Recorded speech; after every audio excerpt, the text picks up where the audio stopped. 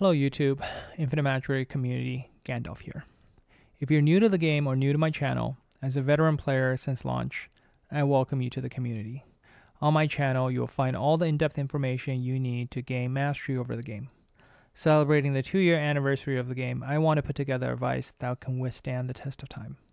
I present to you the 5 things every player should know in Infinite Magicraid. The first thing I will say is around hero building. Many players or players coming from other gacha game, you probably know about the concept of building heroes one at a time. So as you're starting out, build your heroes to level 150, max out the emblems, give its gear first before you move on to the next hero. I'll say common mistakes at this point in time often comes down to not knowing which hero to prioritize, but also understanding where to put those precious legendary dragon eyes, or especially when it comes to limited heroes, as you're purchasing them, focusing on getting some of them to exclusive 3 first before moving on to the next hero. This is also true for mythic heroes. Don't go around buying different mythic heroes. Get a mythic hero that's really powerful, get it to exclusive 3 before you move on to the next one. You want to hyper invest into your main carry. So early game, you might find macking really helpful, or if you've gotten a Moshi, you want to put your best possible gear on them, prioritize making sure that they can, one-shot the enemy or whatever you need them to do to perform before you start figuring out where the gear goes to the next hero. Don't split the gear across multiple heroes and try to balance things out. Hyper invest in one core hero because everything just multiply on top of each other. It's far more effective and efficient to play that way. And then, if you have blessings, put some of the best blessings you can find onto these heroes. This is also true even till the end of the game. This is not an early game concept. This is something that stays true over time. So on this massive Kraken account, you will see that over here, Jingle Bell has the best gear, fully maxed out with really good substats at Mythic. It has some of the best blessings you can get. Blessings at Mythic. You have auras that are fully maxed out. You have echoes that is close to maxing out, halfway there. Still a little bit more to go. So this concept will remain true regardless whether you're starting out or you're near the end game, because these heroes, what you'll find is some of these hyper carries you want to invest in, they are the ones that persistently show up in every team composition. So for example, as you look at clearing dungeons, you will see that pretty much every dungeon, some of the best clears are always done with Eratos. Every single one of them. Every single one of them. Just because how strong she is. But the other 2 DPS you might have caught attention around is Little Jack and Jingle Bell. Those 2 will be seen very common as well. And the 2 most common support you will see is Santa and Lydia.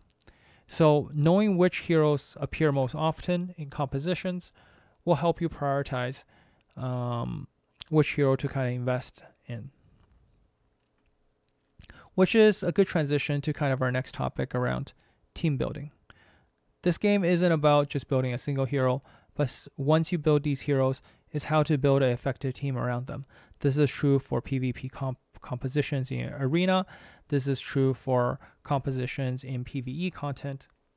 And the key thing to remember, especially a new player, is understanding there's a mark, there's a faction, and then over here, there are tags. The game content probably introduced you to Tower Mark very early on, where you're now limited to use only about 1/4 of all the possible heroes within the game. When you go over to faction, you'll be limited down to 1/12 of the heroes. And this gets even further more restrictive as you start to look at heroes content where they're looking for specific tags, or it may be Purgatory of Sins where you're needing to use heroes that only do a specific type of damage. Gets further even more increasingly restrictive as you're looking at rifts where when you're challenging, you're expected to put 5 poison heroes on the team to effectively do the content. So when you're starting out, when you have a very limited pool of heroes, what you want to see is what can you realistically build. What I will highly recommend is find teams that can help you take one tower mark as high as possible. Take one team that can take one of your factions as high as possible, because early on your time-gated resource is really important, and to be able to get as much out of those time-gated resources as possible early game will help you pull ahead of the competition. The next thing I will do is, because early on it is not that critical to have all of the right buffs in the world boss that gives you the key breakthrough material, what I would say is just simply have one hero of every damage type, at least one of them built from your roster. That will help you at least rank in a decent place on the world boss to be able to get enough breakthrough materials to start pushing some of your key heroes ahead. And if you're early on and you have no real good heroes, it's more important to save those key resources such as legendary dragon eyes, breakthrough material, and only invest once you get one of the core heroes that you will need later in the game. So even, for example, here, as on this account, I'm regretting the fact that I maybe got my Santa to breakthrough 5, maybe a little bit too early. I probably should have saved those breakthroughs either for Indra or later in the future, which at some point where I bought Eratos. After thinking about team composition, what I would say is understanding that the game progression is only formulaic maybe in the very early games. The progression in mid-game to late game really depends on what heroes and what part of the content you can push more. A general rule of thumb for early game is to focus on the guild boss. And you should be able to clear stage 6 hopefully relatively early, because this becomes a valuable source of gems through the guild boss. And what I'll say is, again, the tower mark and faction. But after that, it really depends on what you have, right?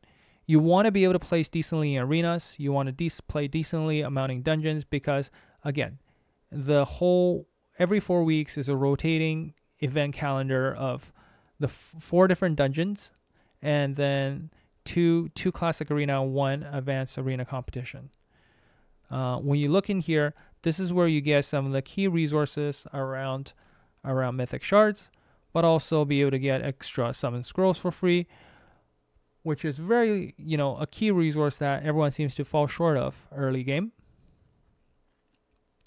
In these competitions, the higher you are, so for example in PvP, the higher tier ranking you are, the more points you get per win. And of course in dungeons, the higher level of the dungeon you're able to clear, you're going to be able to get better quality drops, and the points are based on the quality of the drops.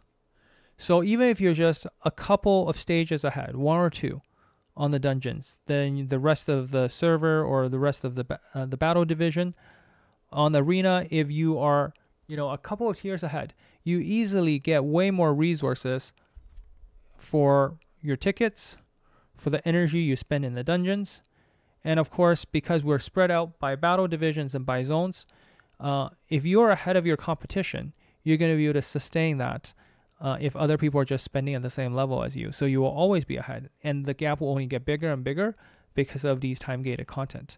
And you can see that, if you're doing really well in the first month, you are going to be then mixed with more players as you get into, a bigger division of following, into the following week as you enter the higher divisions. Which kind of goes on to, my next point around, spending a little bit where, if you want to play efficiently, my channel will give you all of the resources. So maybe this is a great opportunity to like, subscribe, turn on that notification so that, as I constantly update my content to reflect the current state of the game, give you great tips and advice along the way, you will be able to take that and gain advantage over your competition. Now, if you just want to play casually, and if you're a big whale, go right ahead. The world is your oyster. Do whatever you like. I'm not here to tell you how to have fun. It's important, however, to know where you can get trusted advice. You can count on me to get trusted advice. The easiest place may be the world chat. And you want to know that the people you're talking to or people who are responding to you can be trusted. And often by looking at their profile, it's a quick way of telling. Looking at my profile, you can see that they should belong to a reputable guild, and you can see the power of the guild there. You should be able to see the heroes they have. You should see the placement where they have gotten on the records, how far they pushed on the dungeons and achievement. Using that information, you can know if they're a seasoned player or not, and their advice can be trusted or not. But better than world chat is always go to the main Discord. So on the main Discord, you will find under game discussion, there is the mentor channel. The mentor channel will have people with mentor tag that are constantly keeping an eye on the channel. And if people have questions, they usually respond relatively quickly and give you meaningful and trusted advice there. But what's even better than the main Discord is to join reputable guilds. So in the last couple of videos on my channel, I talked about the Mystic Guild, as well as talked about the One's Hope Guild. Within the One's community, under Infinite Magicraid, you will see the game discussion, guides and tips, heroes and builds. And playing with veteran players, and players who are in the same guild as you, they will always be willing to help. And you will be making friends and enjoying the journey and bonding with others as you play this game. Finally, the last thought I will leave with you is that it's important to set realistic expectations. And I think this is probably the most important advice looking back the 2 years. The reason why people quit, why people stop playing the game, is because there becomes a gap between what they expect to get out of the game and what they're really getting out of the game. In end of the day, remembering this is a gacha game, just level set where your expectation is. If you're a whale and you're winning, just remember there's always going to be a bigger whale out there than you. The biggest whale in the game is Only. We don't expect anybody to pass him anytime soon, because every time when any new content come out, he's probably one of the first people to max it out. He's literally the only person that has cleared some of the most insane content in the game. Purgatory of Sins. You can see here. Let me quickly claim that. If you look at some of the ranking,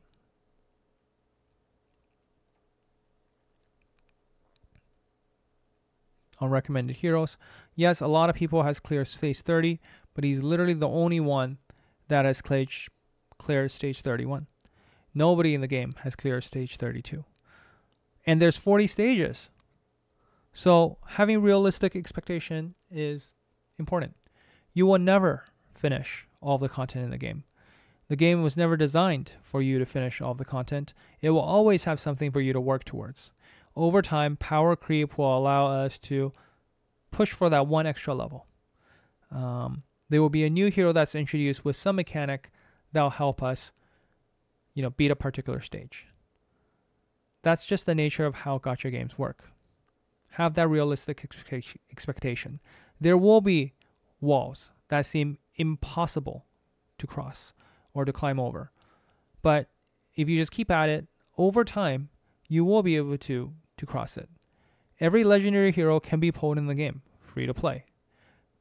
Every limited hero will eventually come back on a rerun banner where you could guarantee it on pity if you save up enough summons. There isn't an aspect of the game that is completely out of reach. Some just feels that way because how long it takes to save up for them. But for the most part, I'll say 99% of the game, the content or the heroes or resource, you could, in theory, get it, right? Some people say, oh, I want to get, a mythic piece of blessing. Yes. The drop rate is there. It's super low. You can see that I have a 2.2% of getting it per run, and there's only 1% of getting it on S. So and then there are probably 20, 30 different attributes. So the chance of getting it is super low. To buy it, it's on average around $20 now a piece. But if you're lucky, as a free-to-play, you could still get it, right? So just have realistic expectations. The spenders will always have the advantage. With a free-to-play, it's all about having that free-to-play luck. So with that, these are the 5 tips I give you. As a recap, focus on one hero at a time. Team composition is probably the most important thing to think about as you build out and progress through the different content. There isn't a set way of playing the game. Early game is more of a tutorial. Know where to get trusted advice. Join a guild. And lastly, have realistic expectations. I hope you enjoy the video. And then as the 6th tip I'll give you is realistic way, if you're a spender, how you can save money.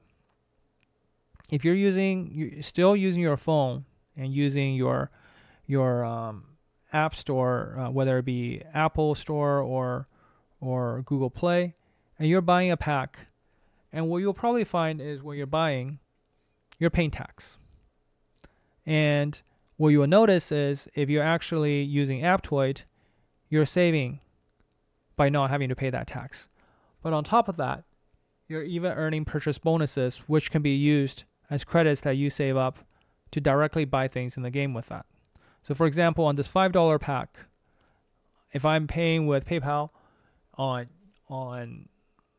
in Canada, so I will actually need to pay, this in Canadian, which will be like, even if it's say $5 Canadian, I will have to pay $5.65 because of 13% tax. And I'm sure many countries have tax on this. And in aptoide, you don't have to pay the tax. On top of that, I'm getting 69 cents, which will show up in my aptoide wallet. So I can be using the credits I earn towards my next purchase. And the more I spend using the aptoide platform, I'm going to be earning a higher level of bonus. Here you can see I'm earning up to 14% bonus. And at special times during the year, if you notice at the banner at the bottom, so next month, beginning of the month, if you use the code Gandalf5, you'll be getting extra 5%. So for every dollar I spend, I will actually be getting 19 cents. And I'm also saving 13 cents off of tax. So essentially for every dollar, if I paid through Google Play or App Store, I effectively only have to spend 66 cents roughly here, right? So your money all of a sudden goes 50% more furthermore. Before, for what you need to spend $150 on, you only need to effectively spend $100 on to get to $150 worth of stuff. So if you're a spender, highly encourage you to use aptoide. The instructions are in the link in the comments below. And of course, when you use my code, you're also supporting me. I get $5 of every dollar you spend. So if you spend $100, you're essentially tipping me $5.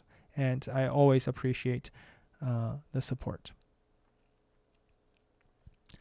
So with that, I would like to end the video and wish all of you a great rest of your day. If you liked what I have shared with you, and if you trust the advice that I give you, like, subscribe, turn on the notifications so the next time when I have content coming out, which is very frequent, usually every other day at a minimum. And I'll see you in the next one. Gandalf out.